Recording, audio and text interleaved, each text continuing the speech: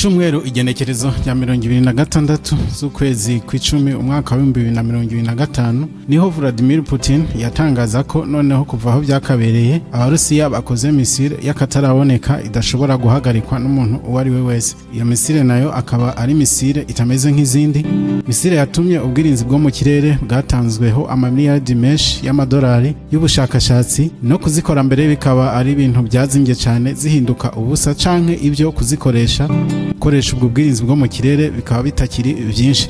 Iyo nayo ni misile Breversnik yataziriwe Skyfly na OTAN, ishobora kumara iminsi myinshi mu kirere igenda. Yaraye ishizwe ku mugaragaro n'abahungu b'i Moscow, abuzukuru ba Stalin.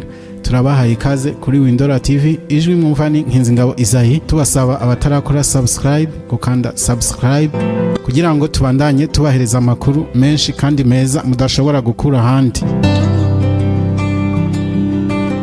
Iciyumviro cyo gukora misile ishobora kugurukanwa n'ubumara bwa nucleaire ntabwo ari ca vuba. Inyungu cari gifise ico ciyumviro nuko iyo misile yari gushobora kugenda ahantu hose kw'isi, aho bayitumye nico bayitumye kurasako igashobora kukirondera amezi n'amezi idahagarizwe. Iyo rero yari indoto y'abasoviet mbere n'abanyamerika, kuko kuva mu mwaka w'1950 leta imwe muri izo imwe yose yari ifise umugambi wo gukora iyo misile kugira ngo itange iyindi kuyigerako. Ariko rero ico ciyumviro cahavuye gihebwa n'abanyamerika, kuko basanze yuko gukora misile ikoreshwa n'ubumara bwa nucleaire bifise ibyago byinshi na cane cane mwigeragezwa, kuko ubwo bumara bwa nucleaire bwashobora guhitana ubuzima bw'abasirikare n'abakozi baba bari mwigerageza. Abanyamerika ico ciyumviro carahagaze mu mwaka w'1960, ariko ku Barusiyaho ico ciyumviro barakigumanye.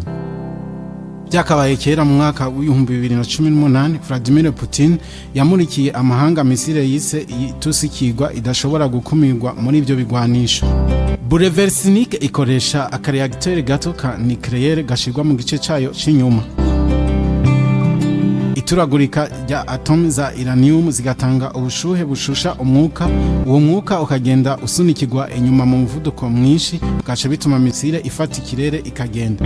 Iyo misile ishobora kwiruka ibirometero ibihumbi idasabye kongerwamwo igitoro. Ishobora kugurukira ku butumburuke buri hagati ya metero 50 n'ijana, ibituma idashobora kubonwa n'ivyuma birinda ikirere radar nkuko bimeze ku zindi misile zo mu bwoko bwa croisière.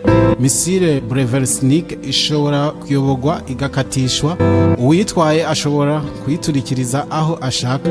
Nk'akarorero ni ukuvuga yuko aramutse ashaka kuyiturikirisha inzu iri Bujumbura canke ahandi hose, ashobora kuyitwara akayikatisha kugera ashitse kuri ya nzu. Ku igenekerezo rero rya 21 ry'ukwezi kw'icumi 2025 niho misile y'Abarusiya ikoreshwa n'inguvu za nucleaire yageragezwa bwa nyuma, ariko Putin aza kubitangaza kuri igenekerezo rya 26 z'ukwezi kw'icumi.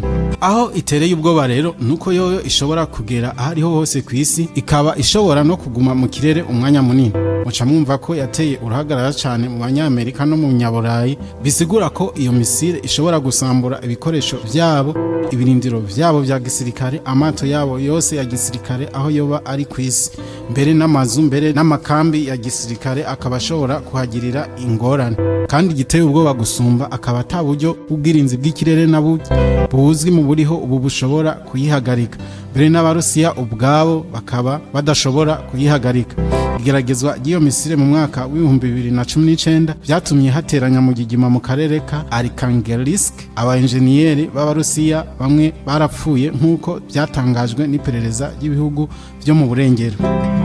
Ku Burusiya gushobora gukora misile nk'iyo n'ubutumwa buhambaye Vladimir Putin atanze ko igihugu ciwe naho cafatiye ibihano kubera intambara kirimwo mu gihugu ca Ukraine kikihagaze ko mu ikoranabuhinga, kandi ko uwo kwiyumvira kugisotora akwiye kuraba neza ko umugore n'abana yabanyegeje kure.